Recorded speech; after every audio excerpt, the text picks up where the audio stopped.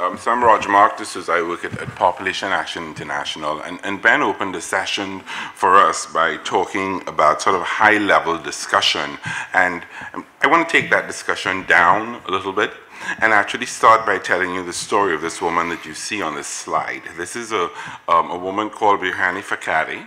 I met Berhane last year. She is a model farmer from Ethiopia. And I was talking to her about how she got to where she is in her life now. She's really a shining example of sustainable agriculture in her community. And I said to Berhane, tell me a little bit about your life. And she started telling me, well, you know, Roger Mark, I'm 39 years old. I have 11 children. Oh, you have 11 children. And her reaction was, well, they're not all mine. I said, oh, really? She said, oh, yeah, and I adopted one. So at 39 years old, she revealed that she got married at age 13. At 39 years old, she had given birth to at least 10 children who survived. And I was intrigued by her story to find out how she got from that point to being a model farmer, an entrepreneur in her society. So I said, well, tell me a little bit about your story and how you ended up where you are now. And she said, you know, let me tell you something. I'm a beautiful woman. My husband cannot keep his hands off me. But what has made a difference now is I have discovered that I can use family planning. And it's what I want. And if I was not using it, I would have had at least 3 more children. And I am now serving as an example to other women in the community because I am not having any more children. I have received training in sustainable agricultural practices. I'm generating income for my community. I'm educating others. And because the changes in the climate are affecting our environment, we need to find ways to adapt. And this is a very effective way for me to do this. So we have tried to capture some of these stories of women and how they are adversely impacted by changes in climate. So we have done this in a recent documentary that we have just released last week called Weathering Change. And these stories of how climate change is having adverse impacts on women and investing in good interventions like voluntary family planning provides opportunities to increase their resilience and contribute to overall well-being of their families and their environment will not be discussed at Rio. You will not hear Berhane's story at Rio. And it's interesting, when Amy did the presentation for us on what are the issues that will be discussed, a friend of mine sent me this cartoon this morning. And you know, we've got to deal with the root cause of global warming, right? Let's talk sustainability. Let's talk clean energy. Let's talk sustainable ag. Let's talk carbon footprints. It's in the cartoon, so you can't, I'm not gonna pay the fine for the acronyms. Actually, how about we talk about sustainable human population? Sorry, we don't talk about that.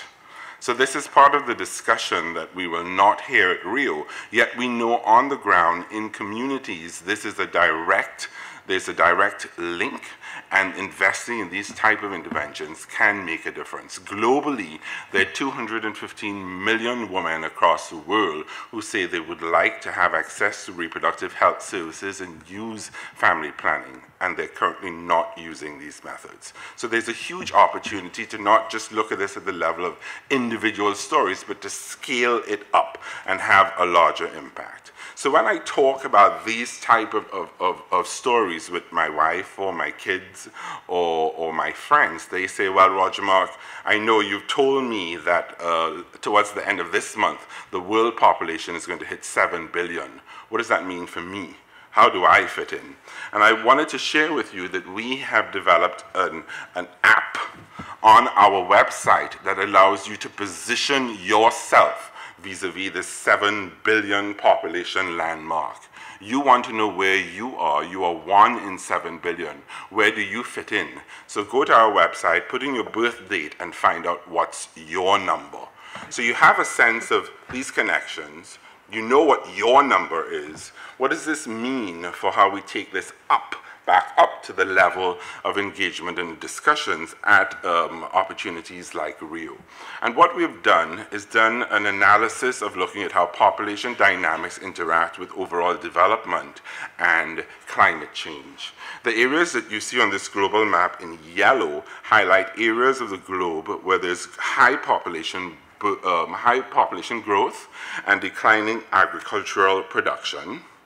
The areas that you see in orange indicate areas where there's high population growth and low resilience to the impacts of climate change. The areas that you see in red are areas that are experiencing these three variables. So high population growth, high areas of agricultural decline, and low resilience to climate change impacts.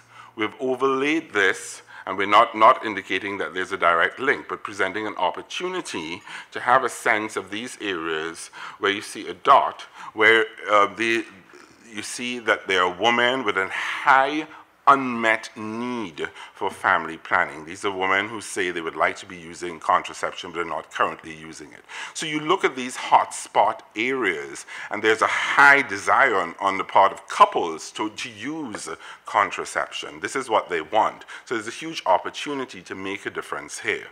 The average growth rate in these hotspot areas, population growth rate, is 2.2%. If that remains unchanged, the population growth in these areas will double in 31 years. So there's an opportunity here, and we want to make sure that as we move forward to Rio, that population and areas around this are not missed, because we've had missed opportunities in the past. This is analysis that we did looking at national adaptation programs of action, looking at countries who submitted these programs of action, saying to what degree they recognize population is important. These are the least developed countries in the world. Of the 37 national adaptation programs of action, 6 of them recognize reproductive health as key to an adaptation strategy, but none of them did get funding for these types of projects.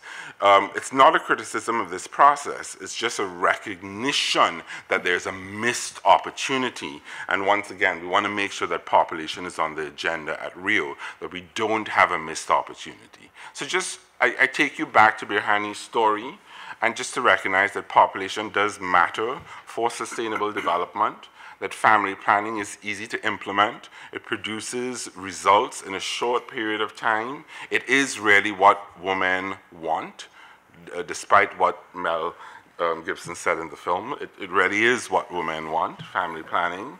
By slowing population growth, we can reduce emissions and make any targets that we have on CO2 emissions easier to accomplish.